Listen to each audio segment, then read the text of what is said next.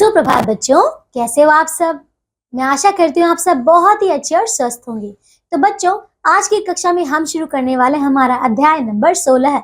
इसका नाम है अनेक शब्दों के लिए एक शब्द। ठीक है, यानी कि बच्चों वन वर्ड सब्स्टिट्यूशन। ठीक है, तो आइए बच्चों अब हम शुरू करें हमारा ये नया अध्याय। ठीक है, देखिए बच्चों ये आपकी परीक्षा के लिए बहुत ही ज्यादा महत्वपूर्ण है। ठीक है बच्चों, ये जो है अध्याय है बच्चों, ये आपका बहुत ही ज्यादा महत्वपूर्ण है। ठीक है, आपकी परीक्षा में अगर आप इसे एक बार बहुत अच्छे से देख लेते हैं तो आप पूरे के पूरे अंक प्राप्त कर पाएंगे। ठीक है, तो आइए अब हम शुरू करेंगे हमारा ये नया और एक बहुत ही अच्छा अध्याय। ठीक है, देखिए बच्चों, तो बच्चों आइए सबसे पहले हम इसकी परिभाषा देख लेते हैं कि अनेक शब्दों के लिए एक शब्द होते क्या है। ठीक है, देखिए, जो शब्द अनेक शब्दों यानी कि वाक्यांश के स्थान पर प्रयोग किए जाते हैं वे अनेक शब्दों के लिए एक शब्द कहलाते हैं।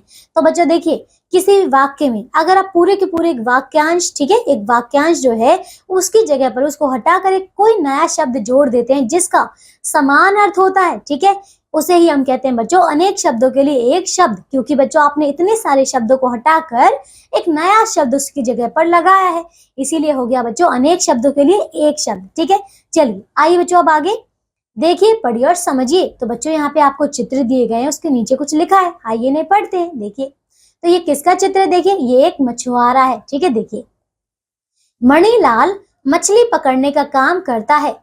तो हम देखिए मछली पकड़ने का काम, इसकी जगह पे बच्चों हम लिख सकते हैं मणिलाल मछुआरा है। ठीक है, अगला देखिए, जैसे कि ये क्या है, ये गाय का चित्र है। तो देखिए बच्चों, गाय 4 पैरों वाला जंतु है ना। हम कह सकते हैं बच्चों गाय चौपाया जंतु है। ठीक है ना, देखिए 4 पैरों वाला यानी कि चौपाया। ठीक है, चलिए अब आगे देखिए, ऊपर के वाक्यों में पहले अनेक शब्दों का फिर उनके स्थान पर एक शब्द का प्रयोग किया गया है, हमने देख लिया। जैसे कि बच्चों मछली पकड़ने का काम करने वाले को क्या कहते हैं? उसे कहते हैं बच्चों हम मछुआरा। ठीक है, अगला देखिए, 4 पैरों वाला जो भी हो उसे हम क्या कहते हैं? चौपाया। ठीक है, चलिए, तो इन शब्दों के प्रयोग से भाषा संक्षिप्त, सुंदर व स्पष्ट हो जाती है। ठीक है, चलिए अब आगे देखो बच्चों, तो नीचे अनेक शब्दों के लिए एक शब्द दिए गए हैं, इन्हें पढ़िए और याद कीजिए। तो आइए बच्चों, यहाँ पे हम बहुत सारे उदाहरण हैं जो कि हमें अनेक शब्दों के लिए एक शब्द दिए गए हैं, इन्हें हम पढ़ते हैं और याद करते हैं। ठीक है, चलिए आइए बच्चों पढ़ते हैं। तो बच्चों अनेक शब्द देखिए, पहले क्या है? जो कभी ना मरे। ठीक है, देखिए उसे एक शब्द में हम क्या कहेंगे?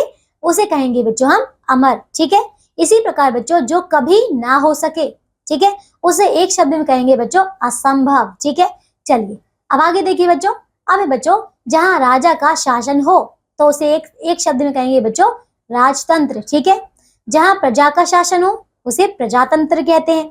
ऊपर कहा हुआ उसे उपर्युक्त कहते हैं। ठीक है, फिर अपने पर बीती हुई उसे आप बीती कहते हैं। जिसका अंत ना हो उसे अनंत कहते हैं। अपना ही सोचने वाला स्वार्थी, गणित का ज्ञाता गणितज्ञ, जो उपकार को माने कृतज्ञ, जो उपकार को ना माने वो कृतघ्न। ठीक है, नगर में रहने वाला नागरिक। ठीक है, फिर गांव में रहने वाला ग्रामीण, जो आसानी से मिले वो सुलभ, जो कठिनाई से मिले दुर्लभ। ठीक है, जिसमें भय ना हो वो निर्भय, जिसमें कोई संदेह ना हो निसंदेह। ठीक है, जिसके नीचे लकीर खींची हो रेखांकित। ठीक है, मांस खाने वाला मांसाहारी, शाक खाने वाला शाकाहारी। ठीक है, कम बुद्धि वाला मंद बुद्धि, जिसके माता पिता ना हो अनाथ, देखने वाला दर्शक, सुनने वाला श्रोता। ठीक है, चलिए अब आइए बच्चों थोड़े हम और उदाहरण देख लेते हैं। देखिए, पढ़ने वाले को हम कहते हैं बच्चों पाठक। ठीक है, जो श्रम करता हो श्रमिक, जो दूसरों की भलाई करता हो, ठीक है, वो परोपकारी, जो आदर के योग्य हो आदरणीय। ठीक है, चलिए बच्चों देखिए, तो ये अध्याय हमारा पूरा हो चुका है। इसमें हमने कई सारे उदाहरण देख लिए हैं। ठीक है ना,